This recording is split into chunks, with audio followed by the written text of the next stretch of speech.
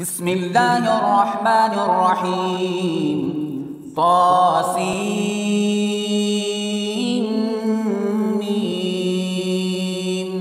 تلك آيات الكتاب المبين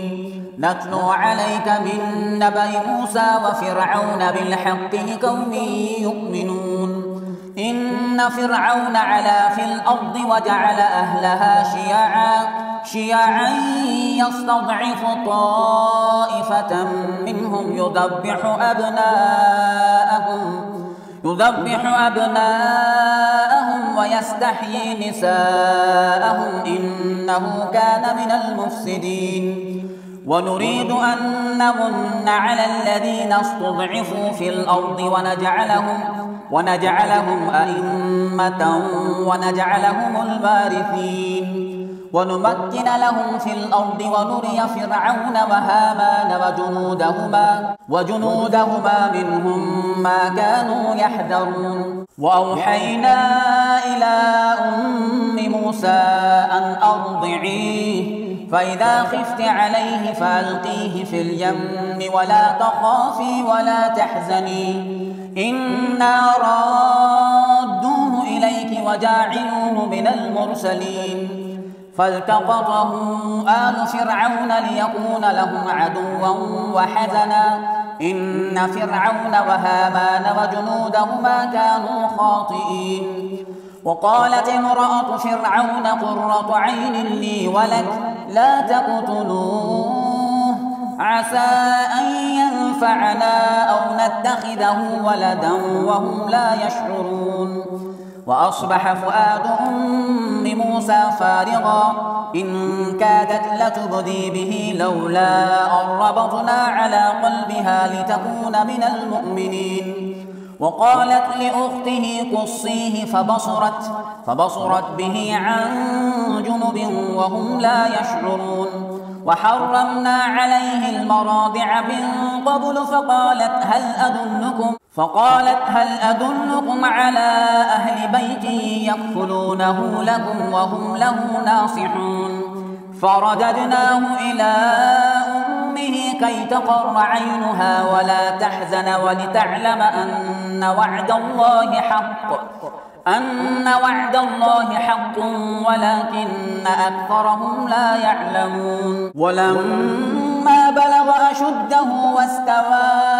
آتيناه حكما وعلما وكذلك نجزي المحسنين ودخل المدينة على حين غفلة من أهلها فوجد فيها رجلين يقتتلان هذا من شيعته وهذا من عدوه فاستغاثه الذي من شيعته على الذي من عدوه فوكزه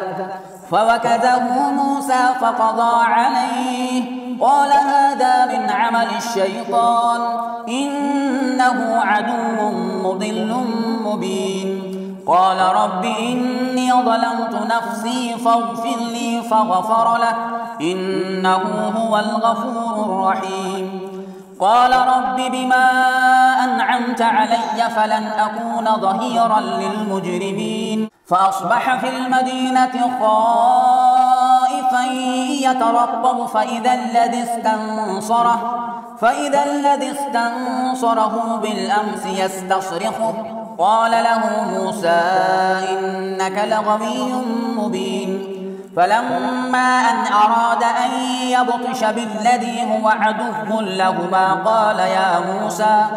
قال يا موسى أتريد أن تقتلني كما قتلت نفسا بالأمس إن تريد إلا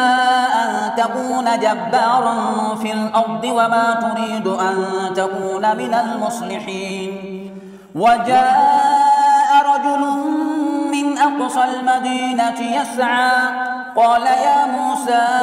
إن الملأ يأتمرون بك ليقتلوك فاخرج إني لك من الناصحين فخرج منها خائفا يترقب قال رب نجني من القوم الظالمين ولما توجه تلقاء مدين قال عسى ربي أن يهديني سواء السبيل. ولما ورد ماء مدين وجد عليه أمة من الناس يسقون ووجد من دونهم امرأتين تذودان قال ما خطبكما قالتا لا نسقي حتى يصدر الرعاء وأبونا شيخ كبير فسقى لهما ثم تولى إلى الظل فقال رب إني لما أنزلت إلي من خير فقير. فجاءته إحداهما تمشي على استحياء قالت إن أبي يدعوك ليجزيك أجر ما سقيت لنا. فلما جاءه وقص عليه القصص قال لا تخف نجوت من القوم الظالمين.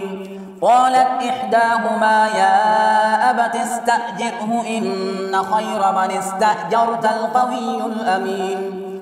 قال إني أريد أن أنكحك إحدى ابنتي هاتين على أن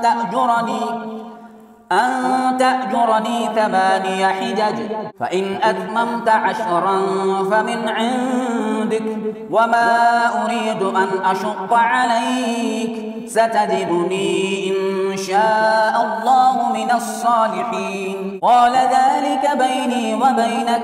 أيما الأجلين قضيت فلا عدوان علي والله على ما نقول وكيل. فلما قضى موسى الأجل وسار بأهله آنس من جانب الطور نارا قال لأهلهم كثوا إني آنست نارا لعلي آتيكم منها بخبر أو جذوة من النار لعلكم تصطلون. فلما أتاها نودي من شاطئ الوادي الأيمن في البقعة المباركة من الشجرة أن يا موسى إني أنا الله رب العالمين وأن ألق عصاك. فلما رآها تهتز كأنها جان ولا مدبرا ولم يعقب. يا موسى أقبل ولا تخف إنك من الآمنين. أسلك يدك في جيبك تخرج بيضاء من غير سوء واضمم إليك جناحك من الرهب فذلك برهانان من ربك إلى فرعون وملئه إنهم كانوا قوما فاسقين. قال رب إني قتلت منهم نفسا فأخاف أن يقتلون وأخي هارون هو أفصح مني لسانا فأرسله معي يرد أن يصدقني إني أخاف أن يكذبون. قال سنشد عضدك بأخيك ونجعل لكما سلطانا فلا يصلون إليكما بآياتنا أنتما ومن اتبعكما الغالبون. فلما جاءهم موسى بآياتنا بينات قالوا ما هذا إلا سحر مفترى وما سمعنا بهذا في آبائنا الأولين. وقال موسى ربي أعلم بمن جاء بالهدى من عنده ومن تكون له عاقبة الدار إنه لا يفلح الظالمون. وقال فرعون يا أيها الملأ ما علمت لكم من إله غيري فأوقد لي يا هامان على الطين فاجعل لي صرحا لعلي أطلع إلى إله موسى وإني لأظنه من الكاذبين. واستكبر هو وجنوده في الأرض بغير الحق وظنوا أنهم إلينا لا يرجعون. فأخذناه وجنوده فنبذناهم في اليم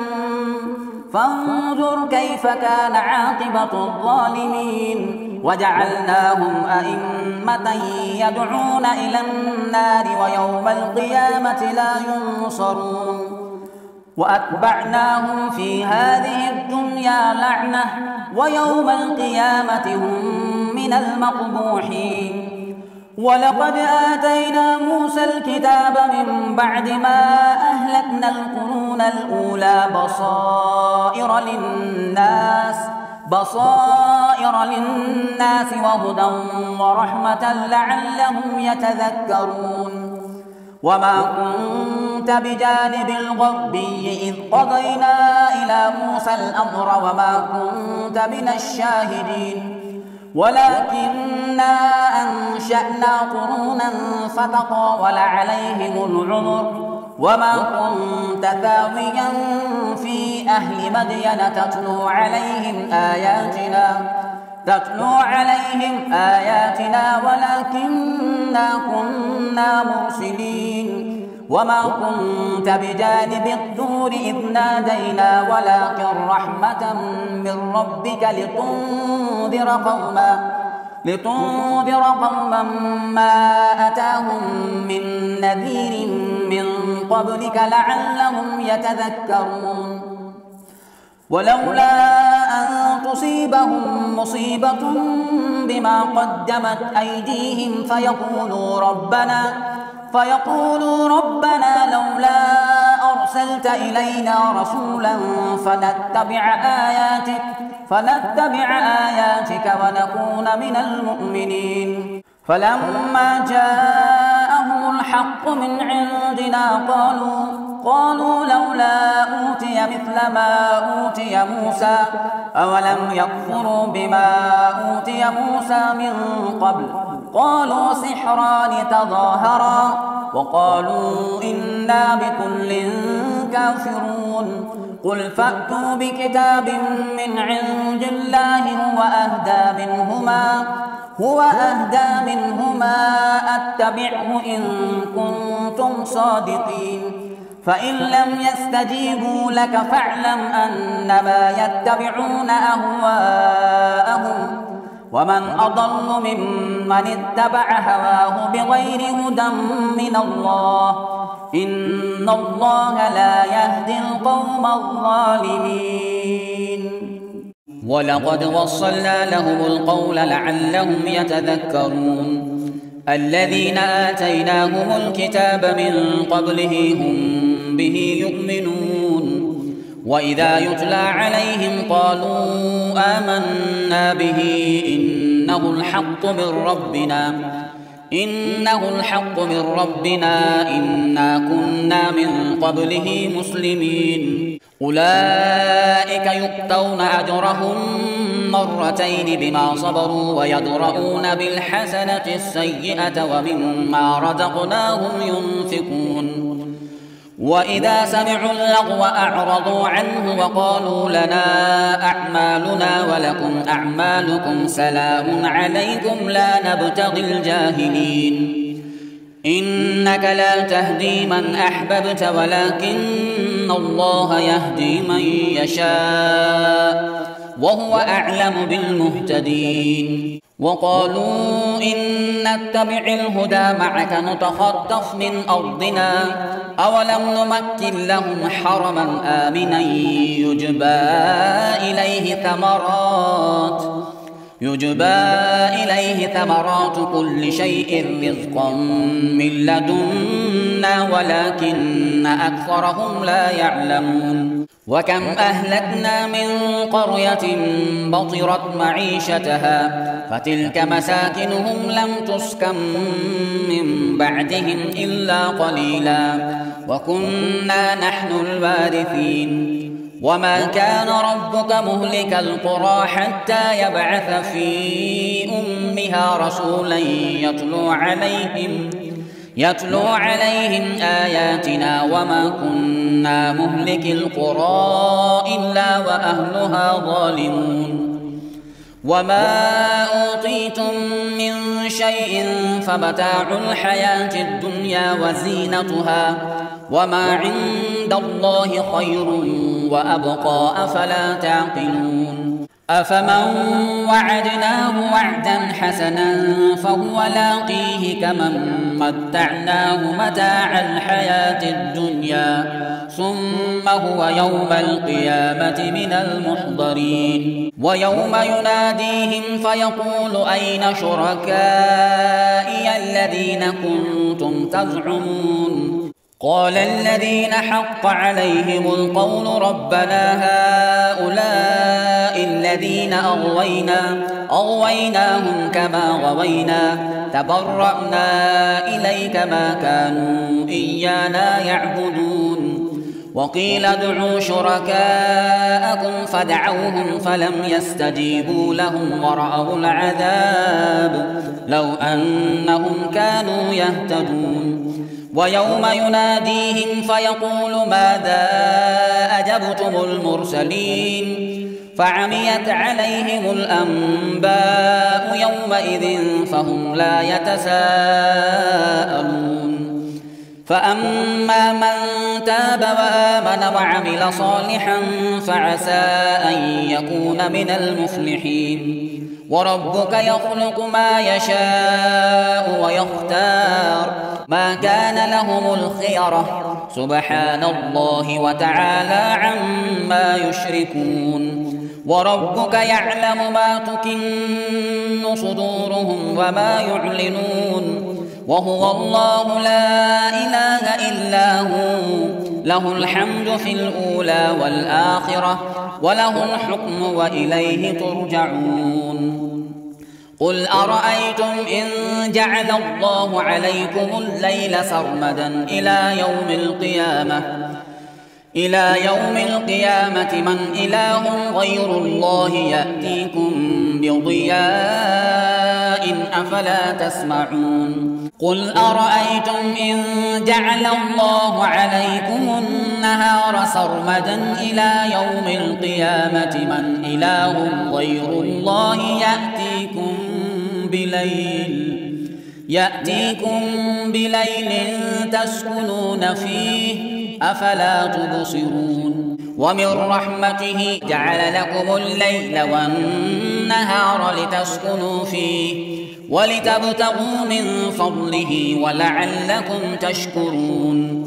ويوم يناديهم فيقول أين شركائي الذين كنتم تزعمون ونزعنا من كل أمة شهيدا فقلنا هاتوا برهانكم فعلموا أن الحق لله وضل عنهم ما كانوا يفترون إن قارون كان من قوم موسى فبغى عليهم وآتيناه من الكنوز ما إن مفاتحه لتنوء بالعصبة أولي القوة إذ قال له قومه لا تفرح إن الله لا يحب الفرحين وابتغ فيما آتاك الله الدار الآخرة ولا تنس نصيبك من الدنيا وأحسن كما أحسن الله إليك ولا تبغ الفساد في الأرض إن الله لا يحب المفسدين قال إنما أوتيته على علم عندي أولم يعلم أن الله قد أهلك من قبله من القرون من هو أشد منه قوة وأكثر جمعا ولا يسأل عن ذنوبهم المجرمون فخرج على قومه في زينته قال الذين يريدون الحياة الدنيا يا ليت لنا مثل ما أوتي قارون يا ليت لنا مثل ما أوتي قارون إنه لذو حظ عظيم. وقال الذين أوتوا العلم ويلكم ثواب الله خير لمن آمن وعمل صالحا ولا يلقاها إلا الصابرون. فخسفنا به وبداره الأرض فما كان له من فئة ينصرونه من دون الله وما كان من المنتصرين. وأصبح الذين تمنوا مكانه بالأمس يقولون ويك أن الله يبسط الرزق لمن يشاء من عباده ويقدر لولا أمن الله علينا لخسف بنا ويكأنه لا يفلح الكافرون. تلك الدار الآخرة